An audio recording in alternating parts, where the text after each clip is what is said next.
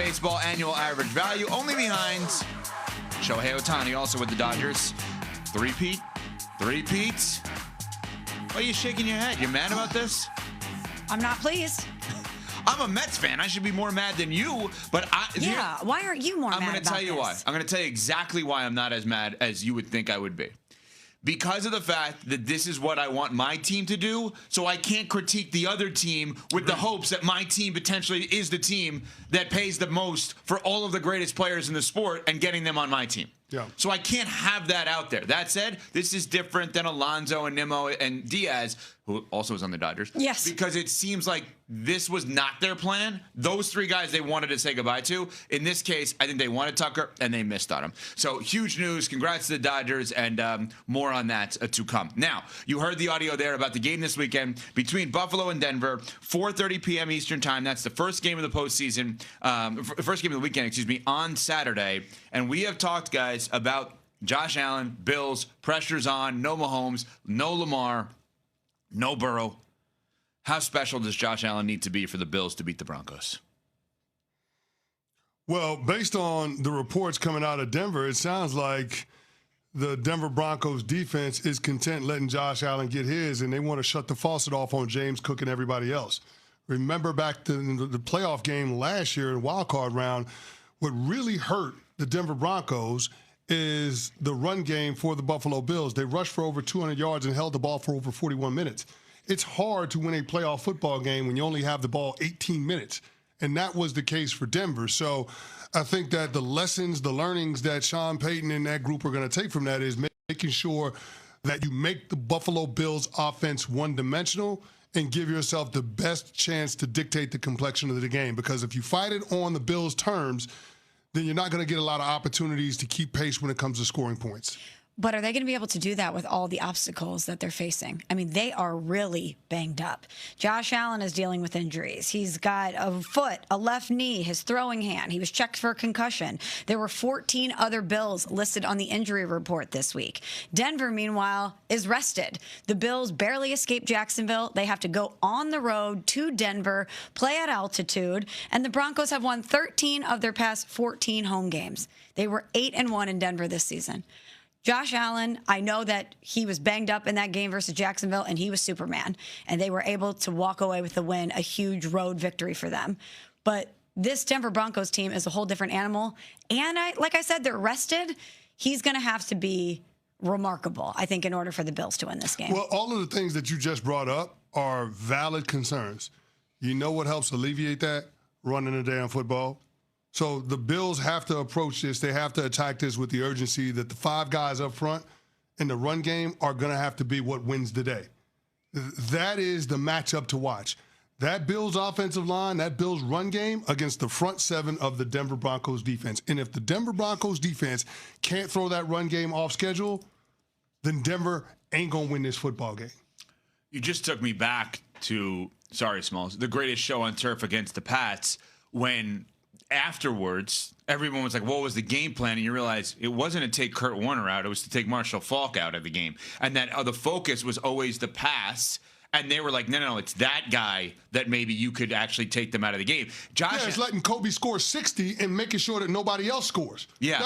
That's the same thing. But will that work, considering how good Josh Allen has gotten? And the turnovers are not as bad as they used to be with Josh Allen. The injury, Smalls rightfully brings up, he, to me, is one of these guys, if you say he has 2 broken legs and 2 broken arms, I say, yeah, and? You're not going to count him out. No. He's just the injuries don't matter to me with him because he plays through it. I completely agree with you. And here's the other thing. The Denver Broncos are the close game experts. They have 11 wins in one-score games this year. But if this is a fourth-quarter game and it's one possession, tell me you wouldn't want to take the Buffalo Bills because of Josh Allen over the Denver Broncos. I absolutely And would. I like Bo Nix. Absolutely It's not even a knock on the Broncos. It's Josh Allen. He's best player left in the postseason. He may be the best player in the sport. Now, he's going against a team with a head coach that you played for, CC, in a roundabout way. He was on the Cowboys staff when you were there, so you know him inside and out, Sean Payton. And Booger McFarland, ESPN NFL and college football analyst, was on PTI on ESPN with Tony Kornheiser and Michael Wilbon and had this to say about what question Sean Payton should ask himself. Here's the question you got to ask yourself. How much am I going to put on Bo Nix's plate? Because Bo Nix is the key. The last time these two teams played each other, which was in the playoffs last year, Bo Nix wasn't ready for the moment. Now, fast forward 365 days or so, now Buffalo is coming to Denver's house, and Denver's the 1 seed. If you're Bo Nix, are you going to perform better? Are you going to play better? If you're Sean Payton, how much of the meat and potatoes do you put on Bo Nix's plate? I think the defense will play well, but you're not going to beat Josh Allen 17-14. They're going to have to score in the mid-20s, and if Bo Nix can do it and he can play turnover-free football, they'll win. Well, he played turnover-free football in the wild card round last year. Bo Nix wasn't the problem for the Denver Broncos last year. They just got outclassed, and they didn't have the ball. It's hard to win a football game when you don't have the ball. Mm-hmm. And that's the case. So the question is, can that Denver Broncos defense, this vaunted defense that led the league in sacks, can they get off the field? And the answer last year was they couldn't. The Buffalo Bills were better than 50% on third down, and they were a perfect 2 for 2 on fourth down. Sean McDermott is going to be aggressive in terms of extending drives. If it's 4th and 2 or less, guess what? They're probably going for it. Everybody does these days. Well, they do, but guess what? Everybody ain't got Josh Allen, who was BYOB, bring your own blocker. Yeah. So if the Buffalo Bills aren't thrown off schedule when it comes to negative plays on early downs and distances, particularly in the run game, the Denver Broncos don't have a snowball's chance in hell of winning this football game. As great as Sean Payton is off of the bye, 3-0 as the Denver Broncos coach off of the bye, as awesome as this defense is, as great as the playmakers that we've seen with that young wide receiver core for Denver are, if they can't find a way to get off the field, if they can't find a way to win on third downs against this Buffalo Bills offense, then they're not going to win. Yeah, and I believe that Bo Nix can absolutely live up to the moment and step up in this game. I do too. But if you ask me to ask Bo Nix to outplay Josh Allen, I don't believe that. He can do that. If you ask him to be the guy... He's got to play the course. It's not about outplaying Josh Allen. He's like golfers say, just play the course. Correct. And what you have to do is essentially what the Buffalo Bills want to do. Use your legs as a weapon, Bo Nix, to extend the down and to extend drives. Don't be afraid to pull the ball down and run for 4 yards. That's huge. Be able to get those small pickups to make the downs and distances more manageable and give Sean Payton an opportunity to be aggressive himself when it comes to play calling on 3rd and 4th downs. If you can do that, keep away from Josh Allen and the Buffalo Bills. Contrary to popular opinion, that's the best defense for Josh Allen, not the personnel that the Broncos have on the defensive side of the ball. It's not letting Josh Allen touch the field.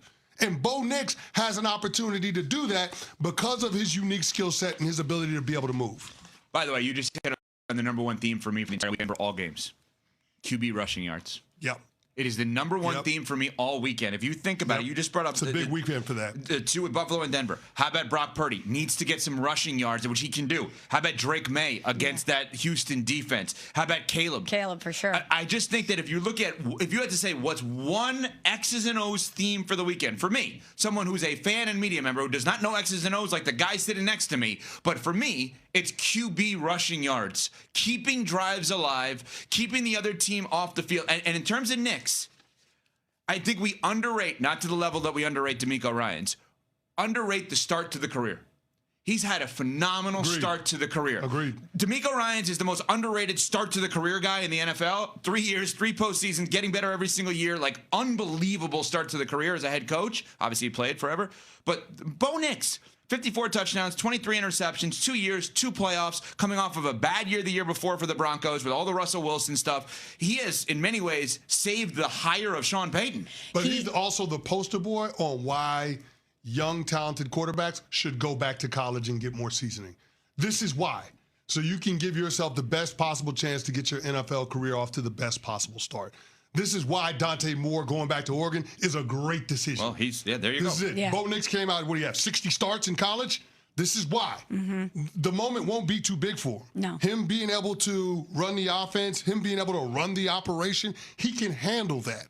And so this year was just a progression in his development and adjustment to the NFL learning curve. And so far, he's done a damn good job. Second year, you're the number 1 seed in your respective conference.